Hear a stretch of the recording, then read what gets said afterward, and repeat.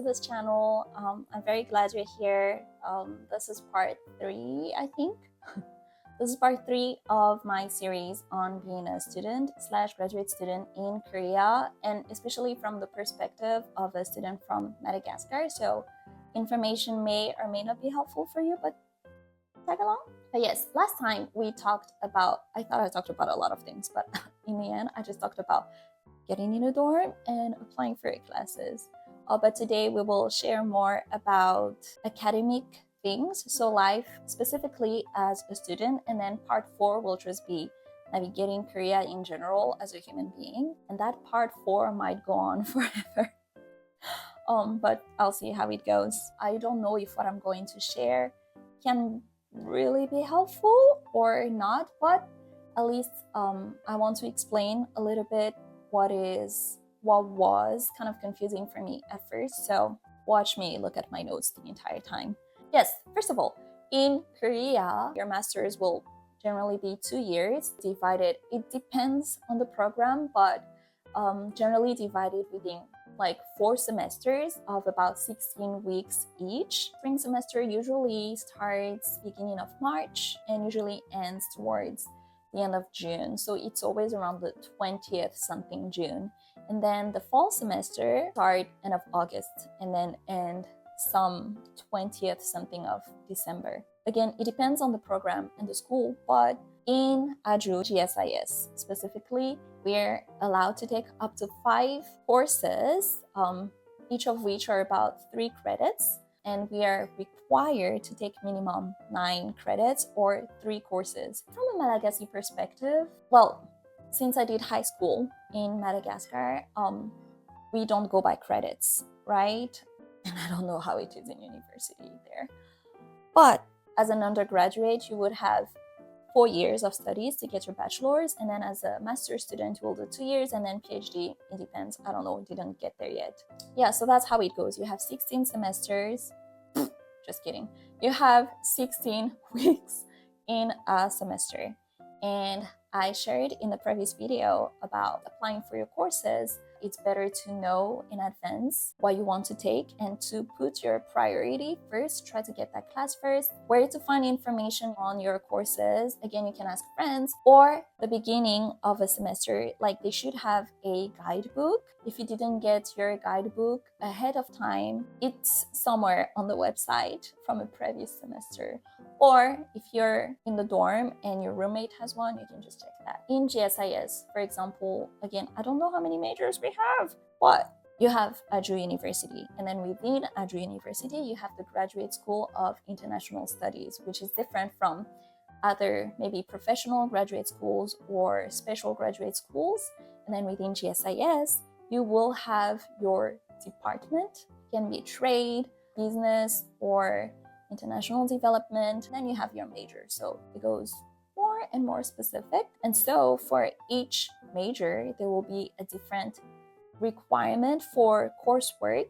So for example, the classes that will be mandatory for me to graduate will not be the same as what is mandatory for a business major, but we will have some classes that overlap. So that's something to take into consideration when you apply for your courses. And after you have registered for your classes, you will be able to experience them.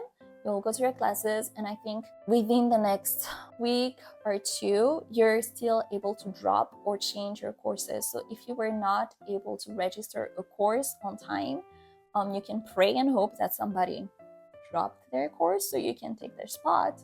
Or you go to a class, listen, and you're like, this is not my vibe. You just decide to drop. Or you just have too much in your hand. Like, there are many reasons. So you have to keep check of your emails just in case, because there's a deadline for everything. This is my personal advice. If it's your first time, I suggest not taking the highest amount of courses. I mean, it depends on your confidence level, but if you're new, just test the waters, and maybe go for 4, and then you can calculate how many credits you need before you can graduate. So if you're really confident, then yeah, go for it. 5 courses, that's about 15 hours a week, and it doesn't sound like a lot, But within GSIS, for example, we have about 3-hour class every time we meet. For example, if you take all those 5 courses, then it means, say you take 1 course a day. We actually don't meet on Fridays. But just imagine, if you take 1 course a day, you will go to school for 3 hours and there's like a 15-minute break in between. It's about 2 hours 45 minutes. Professors may or may not use this entire time. So when you make your schedule as a graduate student, a lot of people, they're not just here for grad school, they have other things that they're doing. Some of them are professionals, some of them have families.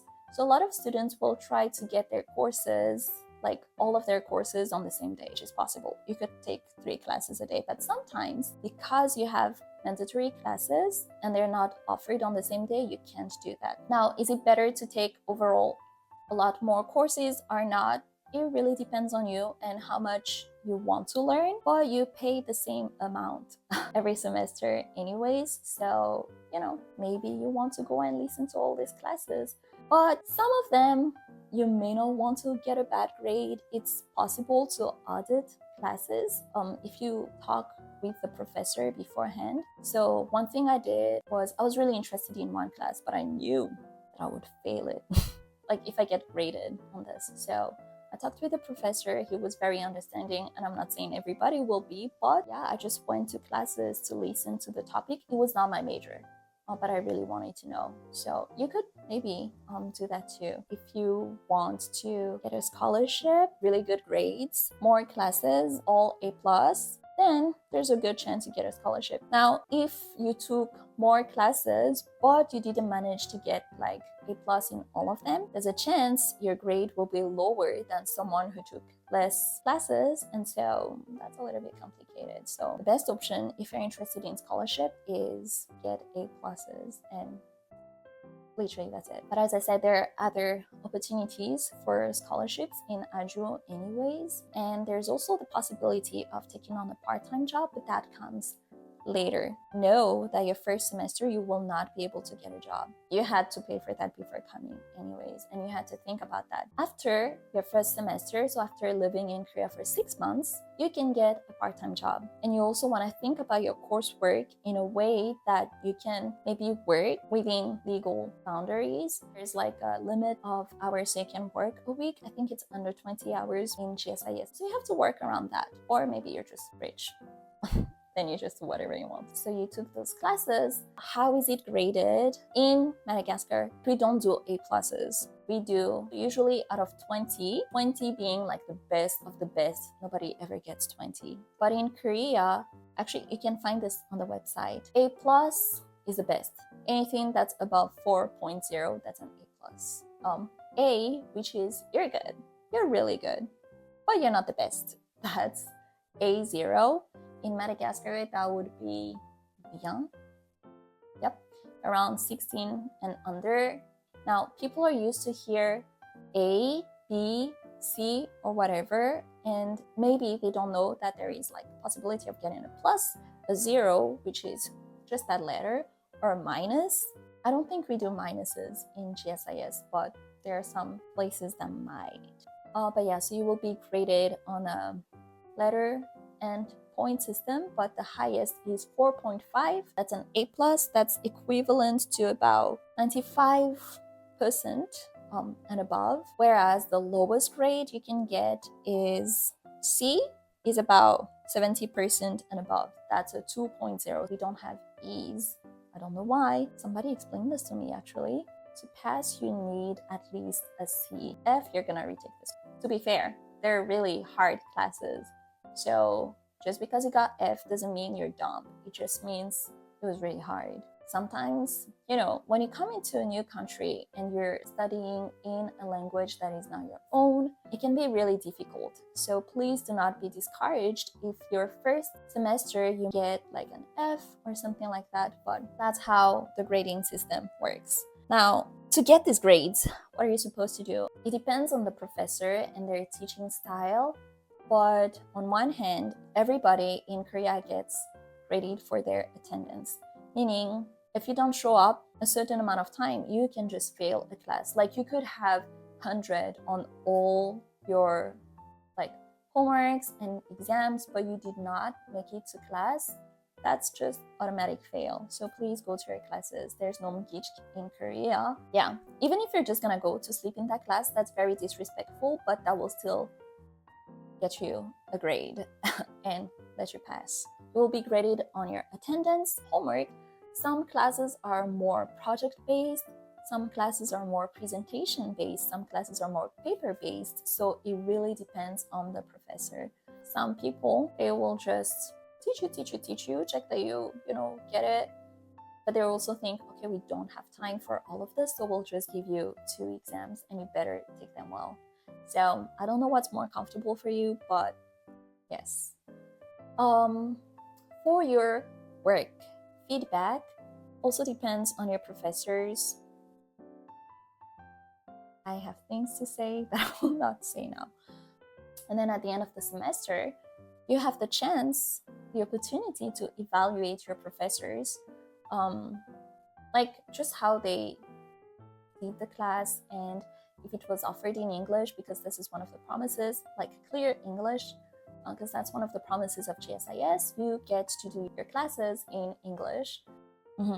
Oh, one of the requirements, now you have to think when you choose your courses, sorry, I should have started there. Do you want to go on a thesis track or a non-thesis track? In GSIS, it's possible to graduate without a thesis. That's the track I'm on. So you have to think, if you're going to pursue further education, meaning you want to go for a PhD, I recommend writing a thesis. But if you're not necessarily thinking of doing your doctorate anytime soon or anytime at all, then maybe you don't have to write a thesis. And I haven't been on this track, so I can't talk about it, but I will interview someone who has, so they can share their experience. But again, if you're more like me and you really like learning and studying, but you're not necessarily thinking about going further in your academic career yet, then this is not necessary. Now, it's still possible to do PhD even if you didn't write a thesis, I guess, but you have to have your writing somewhere. So credit system, grading system, thesis or not. Another requirement is Korean classes. Within Azure GSIS, we do not take any classes in Korean, but it is required to take at least 2 Korean courses, just to get by, survival. But I would recommend trying to do more than survival in Korea. If you're planning on staying long term anyways, it's much better if you somehow improve your Korean language. You will have to take your Korean classes unless you already got scores from previous university or previous programs. Then you can just show your Korean ability and you don't have to take those courses anymore. Now, maybe you started off thinking, I'm gonna be a businessman. And then you go and you're like, I'm making money. Maybe that's not for me. Maybe I just want to help the world in another way. Or the other way around. Maybe I really want to help the world, but I realize it's impossible without money. Either way, you may want to change your major after you enroll, and within GSIS, that's still possible. I think up to your 2nd or 3rd semester. But if you do change your major, do know that some requirements will change. So always take classes that at least overlap within different majors, so that you have no regret if you're not sure about what you want to do in life yet. Yeah, I think I shared about everything that I wanted to talk about in terms of academic. Now, I want to talk a little bit about daily life. In my week, the very first class starts 9 a.m. First period class. Oh, classes are also divided in periods in Korea. So for us, periods go like you have 1st, 2nd, 3rd, 4th, and so on and so forth.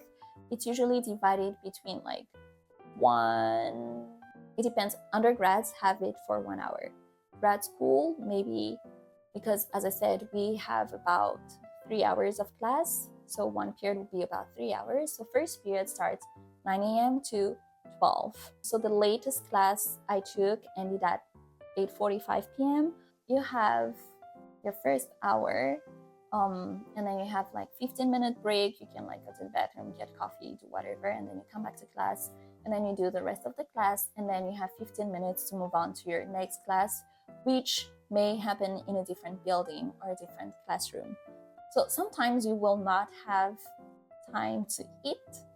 That's also something to consider when you choose classes. But yeah, that's how every semester will go for you. You will have exams, your midterm, usually around week 8, and then your finals, week 16. And then after the semester, you have about 2 months to chill in between, actually. So that's when you may want to go and travel or do more part-time work, because you will not be limited during vacation with the number of hours that you can do. And that's it. Last part of this series for Aju anyways. I'll probably start over and make a more general guideline, probably something in Madagascar also for my fellow people. But yeah, part 3 will end here, and part 4 will just be exploring life in Korea in general, again, as a human being. So certain social norms or cultures or things that would be helpful to know. But for now, thank you for listening to everything I had to say. I hope it was helpful, and I'll see you in the next video. Bye!